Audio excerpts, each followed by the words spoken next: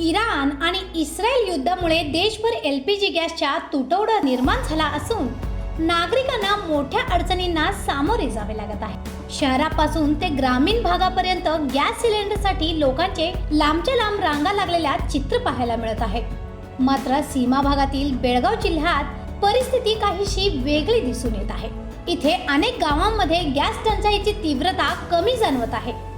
या मागचा प्रमुख कारण म्हणजे येथील शेतकऱ्यांनी स्वीकारलेली गोबर गॅस म्हणजे बायोगॅस प्रणाली। बेळगाव तालुक्यातील कडोलीसह अनेक गावांमध्ये गेल्या 30 वर्षांपासून गोबर गॅसचा सातत्याने वापर होत आहे। घरामध्ये एलपीजी कनेक्शन असले तरी स्वयंपाकासाठी बहुतांश कुटुंबे गोबर गॅसवरच अवलंबून आहेत। गोबर ಗ್ಯಾಸ್ ಮಾಡತ್ತೀವ್ರಿ ಈಗ ಇದು ಗ್ಯಾಸ್ ನಮ್ ಕೂಡಿದ್ದೀವ್ರಿ 30 ವರ್ಷ ಗ್ಯಾಸ್ ನಾವು ಗೋಬರ್ ಗ್ಯಾಸ್ ಅಡ್ಗೆ ಮಾಡಿದ್ದೀವ್ರಿ। ಒಲಿ ಮ್ಯಾಗ ಗೋಬರ್ ಗ್ಯಾಸ್ ಸಿಲಿಂಡರ್ ಇರಾಕಿಲ್ರಿ ಅವಾಗ। ಈಗ ಬ್ಯಾರೆ ಆದ ಬಳಕು ಇದು ರಿಪೇರಿ ಮಾಡ್ಕೊಂಡಿವ್ರಿ, ಈಗ ನಡೆಯತೈತ್ರಿ ಅದು। ಈಗ ಸಿಲಿಂಡರ್ದೇನೆ ಅವಶ್ಯಕತೆ ಇಲ್ಲ, ಅವಾಗಿಂದನ ಇದೈತ್ರಿ ನಮ್ದು ಇದು।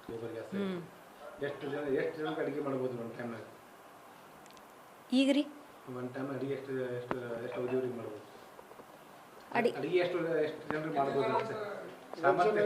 ಈಗ 4-5 ಜನ ಆದೇವ್ರಿ, ಅಷ್ಟ ಮಾಡ್ತೀವಿ। ನೀವು ಗೋಬರ್ ಗ್ಯಾಸ್ ನೀವು ತಯಾರು ಮಾಡ್ತೀರಿ, ನಿಮ್ಗೆ ಅದು ಗೊತ್ತೈತೆ ಹೆಂಗೆ ಮಾಡೋದು ಅನ್ನೋದು?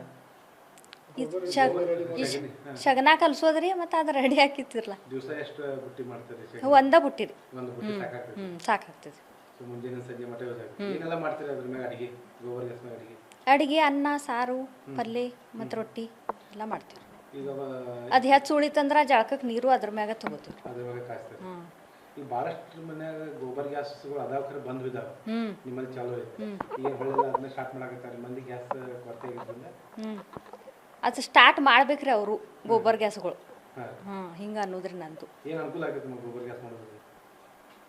ಗೋಬರ್ ಗ್ಯಾಸ್ ಮ್ಯಾಗ ಅನುಕೂಲ ಅಂದ್ರೆ ಅದ್ರ ಇದು ನಮಗೆ ಟೆನ್ಷನ್ ಉಳಂಗಿಲ್ರಿ ಗ್ಯಾಸಿಂದ।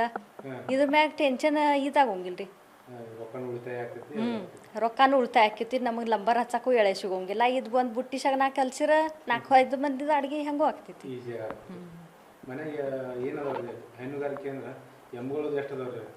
ಎಮ್ಮಿ 2 ಆಕಳ 1 ಎಮ್ಮೆ ಐತ್ರಿ। 2 ಆಕಳ 1 एम अष्ट नडीतैत्ರಿ, ಏನು ಸಮಸ್ಯೆ? ಏನು ಸಮಸ್ಯೆ? पर्यावरण प्रेमी शिवाजी कागडीकर यांच्या जनजागृतीमुळे या भागात घरघरात बायोगॅस यंत्रणा उभारण्यात आली आहे। दुग्ध व्यवसाय करणाऱ्या शेतकऱ्यांसाठी आज हे गोबर गॅस हे मुख्य इंधन ठरत आहे। आधुनिकतेच्या प्रभावामुळे काहींनी ही पद्धत सोडून एलपीजी कडे वळण घेतली होती। मात्र सध्याच्या गॅस टंचाईच्या पार्श्वभूमीवर पुन्हा एकदा शेतकरी पारंपरिक गोबर गॅस प्रणालीकडे वळताना दिसत आहेत।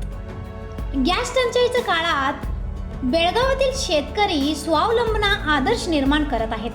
पर्यावरणपूरक आणि कमी खर्चिक असलेली गोबर गॅस प्रणाली भविष्यातील ऊर्जा संकटावर कायमस्वरूपी उपाय ठरू शकतो, अशी अपेक्षाही व्यक्त केली जात आहे। अशा आणखीन अपडेटसाठी फॉलो करा व्हॉइस ऑफ फेनुग्रामला।